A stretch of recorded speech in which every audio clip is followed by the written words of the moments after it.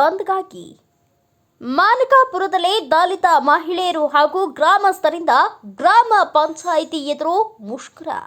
ಹೌದು, ನೇಪಾಳಿ ತಾಲೂಕಿನ ಕೊನೆ ಮಗ್ಗುಗಳ ಗ್ರಾಮ ಮಾಕನಾಪುರದಲ್ಲಿ ಅನಧಿಕೃತ ಸಾರಾಯಿ ಮಾರಾಟ ಮಾಡುತ್ತಿದ್ದು, ಸಾರಾಯಿ ಚಟಕ್ಕೆ ಬಲಿಯಾಗಿ ಅನೇಕ ಕುಟುಂಬಗಳು ಬೇದಿಗೆ ಬಂದಿವೆ.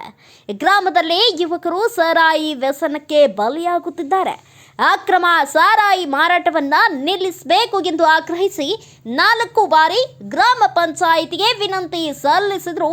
ಕ್ಯಾರೆ ಎನ್ನದ ಗ್ರಾಮ ಪಂಚಾಯಿತಿ ಆಡಳಿತ ಮಂಡಳಿಯ ವಿರುದ್ಧ ಘೋಷಣೆ ಕೂಗುತ್ತಾ ಗುರುವಾರ ದಲಿತ ಮಹಿಳೆಯರು ಹಾಗೂ ಗ್ರಾಮಸ್ಥರಿಂದ ಬೃಹತ್ ಮೆರವಣಿಗೆಯೊಂದಿಗೆ ಗ್ರಾಮ ಪಂಚಾಯಿತಿ ಕಾರ್ಯಾಲಯಕ್ಕೆ ತೆರಳಿ ಮುಷ್ಕರ ನಡೆಸಿದರು. ಮಧ್ಯಾಹ್ನ 12 ಗಂಟೆಗೆ ನ್ಯಾಯವಾಗಿ ಸಚಿನ್ ಶಿಂದೆ ಹಾಗೂ ದಲಿತ ಸಮಾಜದ ಹಿರಿಯ ಮುಖಂಡ ರಾಹುಲ್ ವರಾಳೆಯವರ ಮುಂದಾಳತ್ವದಲ್ಲಿ ಸೇರಿದ ನೂರಾರು ಮಹಿಳೆಯರು ಗ್ರಾಮಸ್ಥರು ಬೃಹತ್ ಮುಷ್ಕರದೊಂದಿಗೆ ಗ್ರಾಮ ಪಂಚಾಯಿತಿ ಕಾರ್ಯಾಲಯಕ್ಕೆ ತೆರಳಿ ಕಾರ್ಯಾಲಯದ ಎದುರು ಘೋಷಣೆ ಕೂಗಿ ಪ್ರತಿಭಟನೆ ನಡೆಸಿದರು. ಮನವಿ ಸ್ವೀಕರಿಸಲು ಗ್ರಾಮ ಪಂಚಾಯಿತಿ ಅಧ್ಯಕ್ಷರಾಗಲಿ ಅಧಿಕಾರಿಗಳಾಗಲಿ ಹಾಜರಿರದ ಕಾರಣ ಅವರ ವಿರುದ್ಧ ಪ್ರತಿಭಟನಾಕಾರರು ನಿಷೇಧ ವ್ಯಕ್ತಪಡಿಸಿ ಘೋಷಣೆ ಕೂಗಿದ್ರು. ಈ ಸಂದರ್ಭದಲ್ಲಿ ಕಳೆದ ಕೆಲವು 2 ತಿಂಗಳುಗಳಲ್ಲಿ ಕುಡಿಯುವ ಚಟಕ್ಕೆ 5 ಯುವಕರು ಬಲಿಯಾಗಿದ್ದು, ಸಂಪೂರ್ಣ ಗ್ರಾಮದ ಯುವಕರು ಸಾರಾಯಿ ಚಟಕ್ಕೆ ಅಂಟಿಕೊಳ್ಳುತ್ತಿದ್ದರಿಂದ ಸಂತೃಪ್ತಗೊಂಡ ಗ್ರಾಮಸ್ಥರು ಸಾರಾಯಿ ಬಂದ್ಗಾಗಿ ಆಕ್ರೋಶ ವ್ಯಕ್ತಪಡಿಸಿದರು.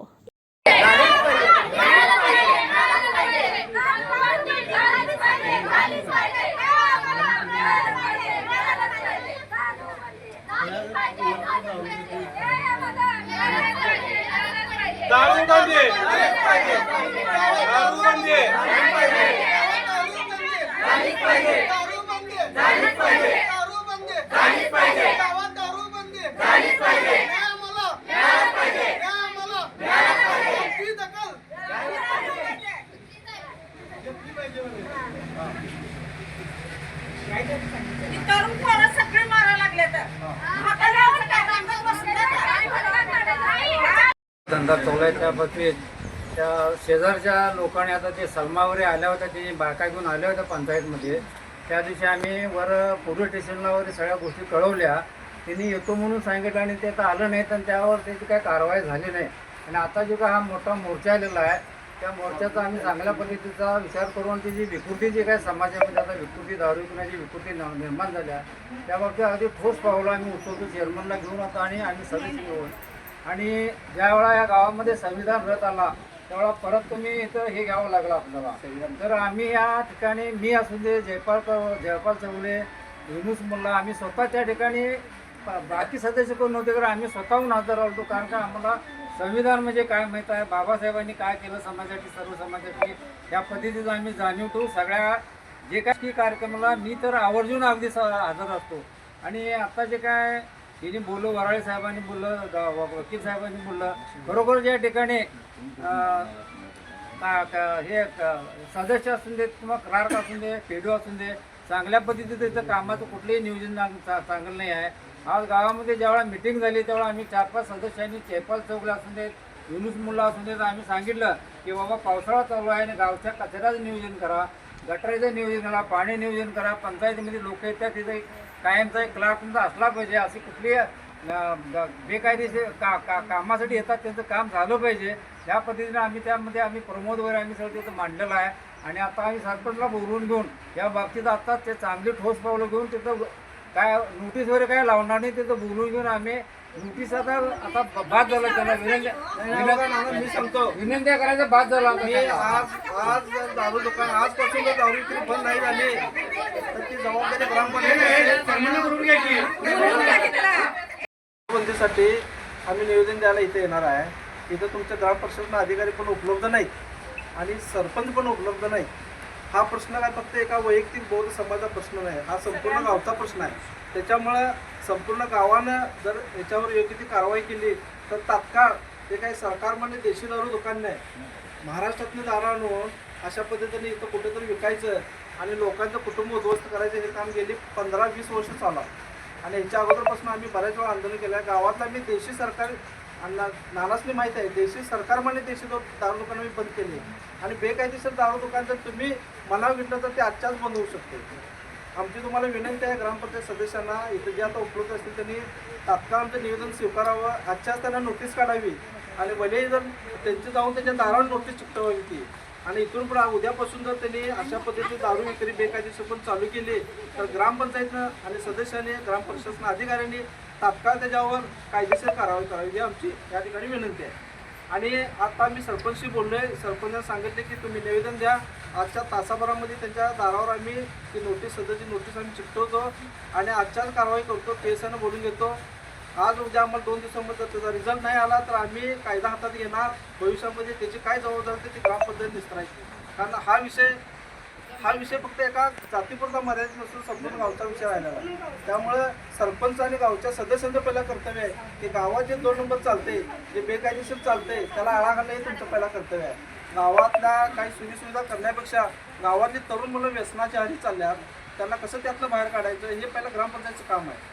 मग हे व्यसन का व्हायले तर गावामध्ये सहज उपलब्ध होणारी दारू आहे आणि दारू जर उपलब्ध नाही झाली तर मग कोण पिणारा कुठं पिते ती पिऊ दे, पण निश्चित गावात चालणारी दारू विक्री ही बंद व्हावी ही आमची बौद्ध समाजाच्या वतीने या ठिकाणी विनंती आहे.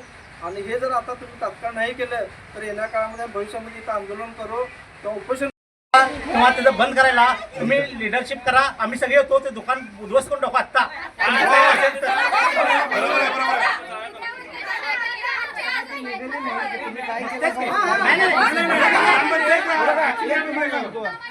जनतेच्या पुढं कोणीही जाईल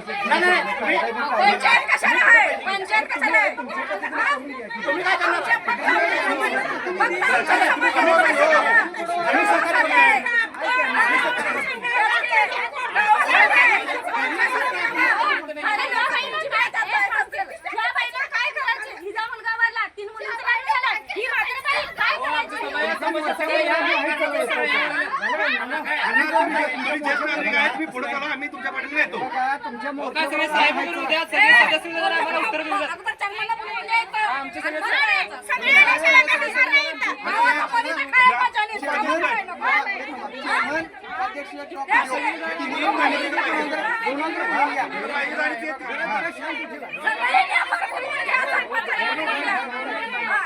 आता प्रमुख आहे मी आहे जेकवाय आणि तुमच्या समोर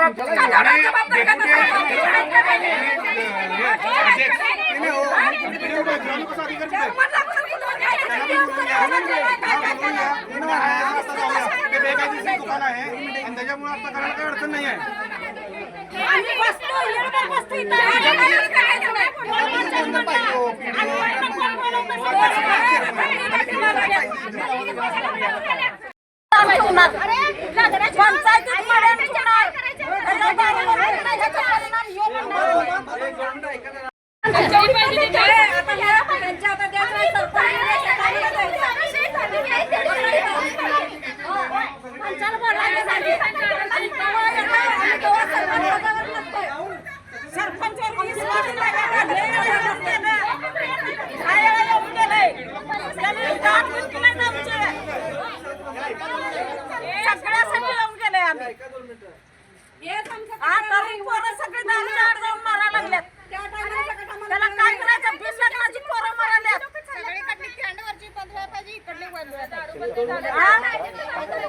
वयस्कर माणसं काय रांगत बसायची घरात.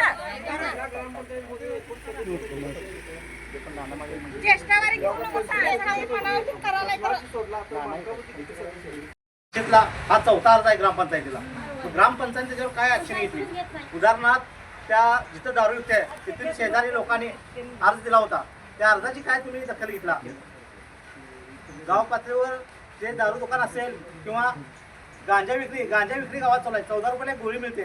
सर्वसामान्य आम्हाला नागरिकाला कळते तर व्यसनातील त्या मुलाला लगेच सापडणार ते व्यसन कुठं चालू आहे काय. गावात जे माव्याचं दुकान चालू आहे त्याला गांजाचं पाणी लावून विकलं जाते म्हणून त्याची तुम्ही तपासणी केलाय काय? गावच्या तुम्ही आरोग्याकडे लक्ष तर देतच नाही. ग्रामपंचायत सदस्य 25च्या 25 सदस्य असं झालंय, त्यांना का निवडून दिलं असं लोकांना प्रश्न पडायला का नाही सांगा.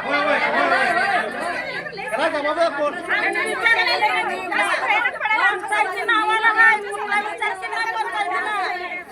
ऐका माझा हे बघा, आम्ही ग्रामपंचायत सदस्य निवडून दिले, गावचा विकास व्हावा, कुठे प्रगती व्हावी, तर उलट व्हावं लागलंय. जी म्हणजे 60-70 वयात मरणारी जी माणसं आहेत ती जिवंत आहेत आणि 20-25 वर्षाची मुलं मरला आहेत. भले आमच्या बौद्ध समाजातली मेली असतील, पण ती गावची नागरिक आहेत, ती मेलीच ना. ह्या मानकापूर गावचं नाव पंचक्रोशीत एक चांगलं गाव म्हणून होतं, पण ह्या 5 वर्षात दुर्दैवानं मानकापूर गावाला सगळी नावं ठेवायला लागलेत. एकही माणूस इथं मुलगी द्यायला तयार नाही. हा झाला गावचा प्रश्न आणि गाव उठायला लागले आणि बौद्ध समाज, एसटी समाज ह्यांना नावं ठेवायला लागले. आणि काय तुमचं चाललंय काय? म्हणजे तुमच्यावर आलेली जबाबदारी सदस्यावर तुम्ही आमच्या समाजावर टाकलेला आहे. तुमच्यावर जबाबदारी आहे की नाही? तुम्हाला एखाद्या विकास कामाचा मलिदा खाता येतोय, पण एखादं बेकायदेशीर काम तुम्हाला थांबवता येते की नाही? का थांबवू शकत नाही तुम्ही? एखाद्यावर अन्याय झाला तुम्ही त्याला एखाद्या रस्त्यासाठी आम्ही जवळजवळ 20 अर्ज दिले, एकही तुम्ही त्याच्यावर ऍक्शन घेतला नाही. आणि इथले प्रशासन अधिकारी असू देत किंवा अध्यक्ष असू देत, आणि कायदेशीर त्याच्यावर कारवाई केली पाहिजे. आपला हा प्रश्न काय आजचा नाही, उद्या आमच्या समाजाचा प्रश्न आहे. आम्ही आमच्या मुलांना कोंडून घालून मारू, सगळं विषय सोडू, पण गावची बदनामी होणार. तुम्ही जबाबदारी घेणार आहे काय ग्रामपंचायत सदस्य म्हणून? 25 सदस्य आहे, एवढे गाव पंचायत मोठी असून तुम्ही जर निर्णय घेऊ शकाल त्याप्रमाणे एखादा अधिकारी येतोय आणि तुमच्यावर हावी होतोय, एकही काम होत नाही. एखाद्याचं बाबा डिजिटल उतारा करून द्या म्हटल्यावर ते काम तुमच्या हातनं होत नाही. प्रत्येकाला फोन करून सांगायला लागतंय, तिथे एकही कर्मचारी हजर नसतोय. त्याला जबाबदार कोण?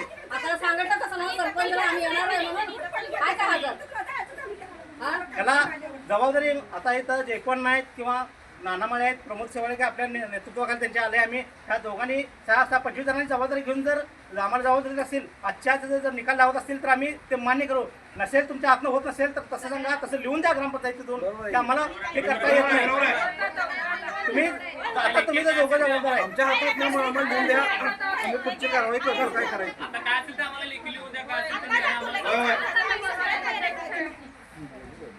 बोला.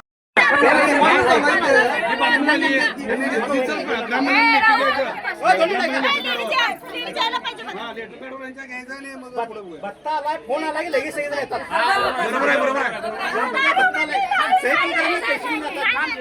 एवढा मोठा प्रशासनाचा आणि शासनाचा विषय गंभीर असून ऐका, तिथं हायस्कूलला परगावी जाणारी बस थांबत्या, तिथून हायस्कूलला जाणारी मुलं 8वी-9वीची मुली सायकलला जातात. तिथं बँक आहे दारात, तिथं राहणारे रहिवासी विभाग आहे, तिथं म्हणजे सर्व समाज गुन्ह्यागोविंद राहतोय. हिंदू असू दे, मुस्लिम असू दे, ख्रिश्चन असू दे, कोणी पण असू दे, ती सगळी तिथं राहतात. पण हे ग्रामपंचायत तिथं अजून पण का दिसलं नाही? आमच्यातली 5 मुलं गेली, म्हणजे तुमच्यातली 5 जायला पाहिजे काय? ಈ ಸಂದರ್ಭದಲ್ಲಿ ಮಾನಕಾಪುರ ಗ್ರಾಮದ ಹಿರಿಯ ಸಮಾಜ ಸೇವಕ ಧನಂಜಯ ಮಾಳಿ, ಗ್ರಾಮ ಪಂಚಾಯಿತಿ ಸದಸ್ಯ ಜಯಪಾಲ್ ಚೌಗ್ಲೆ, ಪ್ರಮೋದ್ ಸೇವಾಳೆ, ಗ್ರಾಮ ಪಂಚಾಯಿತಿ ಕ್ಲಾರ್ಕ್ ಬಾಬಾ ಸಾಹೇಬ್ ಆರ್ಗೆ ಪ್ರತಿಭಟನಾಕಾರರಿಂದ ಮನವಿ ಸ್ವೀಕರಿಸಿ ಆದಷ್ಟು ಬೇಗ ಗ್ರಾಮ ಪಂಚಾಯಿತಿ ವ್ಯಾಪ್ತಿಯಲ್ಲಿ ಅನಧಿಕೃತ ಸಾರಾಯಿ ಮಾರಾಟ ಬಂದ್ ಮಾಡಲಾಗುವುದು ಎಂದು ಭರವಸೆ ನೀಡಿದರು. ಮುಷ್ಕರದಲ್ಲಿ ಮನವಿ ಸ್ವೀಕರಿಸಲು ಗ್ರಾಮ ಪಂಚಾಯಿತಿ ಅಧ್ಯಕ್ಷ ಸುನೀಲ್ ಮಹಾಕಾಳೆ ಹಾಗೂ ಪಿಡಿಒ ನಂದಕುಮಾರ್ ವಫೆ ಗೈರು ಇದ್ದಿದ್ದರಿಂದ ಗ್ರಾಮಸ್ಥರು ಅವರ ವಿರುದ್ಧ ಘೋಷಣೆ ಕೂಗಿದ್ರು. ಮುಷ್ಕರದಲ್ಲಿ ದಲಿತ ಮಹಿಳೆಯರು, ಗ್ರಾಮಸ್ಥರು ಬಹುಸಂಖ್ಯೆಯಲ್ಲಿ ಪಾಲ್ಗೊಂಡಿದ್ರು. ಬ್ಯೂರೋ ರಿಪೋರ್ಟ್ ಮಹಾವೀರ್ ಚಿಂಚಣೆ, ಭಾರತ ವೈಭವ news, Nippani. Thanks for watching. Read, discuss and debate with editor Dr. Yan Prashant Rao. Wanted reporters in print, digital and visual media for Bharat Vaibhav Daily Newspaper, BV News 5 Channel and BV Fast Web News from all the talukas of Karnataka, Goa and Maharashtra. If interested, send your resume to 9019229369.